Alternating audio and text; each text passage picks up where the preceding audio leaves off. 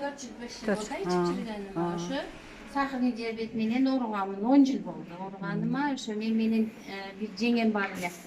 Ekos teң barıp tekşertsek meniki 12 çıktı sahırni diyabet, jengemniki 14 çıktı.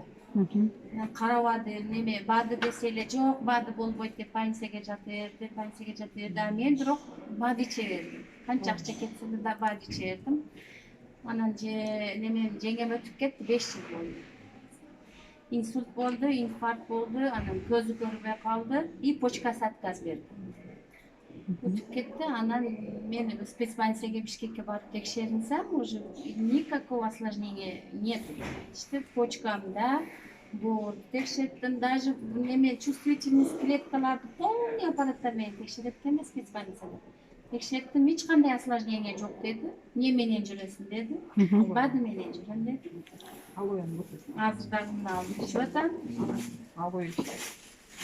Ал оян тынбай ичип атасыз да ошон үчүн результат бар анаке. Анан мен менен и ошо мен төрөгөндө сахар менен төрөгөндө балам төрөп атып сахар болуп калгам да согушта. Анан ожирение менен төрөлүп калды балам атышка менен. Азыр мен менен ичип атат, арыктап уже бою чозулуп, атышкасы жок болуп. Мына экөөбүз талашып 4 күн 5 күн ичип коебуз. Азыр да чар менен иштиңиз го, туура? Азыр эми бизнес кылам деп атам, бирок ошо бизнесте эми билбейм, мен өзүмө ишенич жок, барып туруп эле канчасын өзүм ичип коем билбейм, бирок балдарыма ишенип өткөндө мына недавно дагы бир жолу температура менен каяктан жуктурдум жатып калдым. Анан балам келип бияктан чуркап келип чуркап келип 38 миң сом 40 миң даже сомго товар алып барды.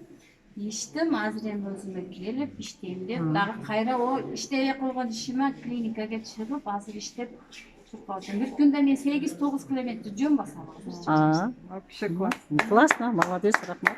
Дай бог, давайте бизнес ашыңыз. Жок жерден интервью болуп кетти.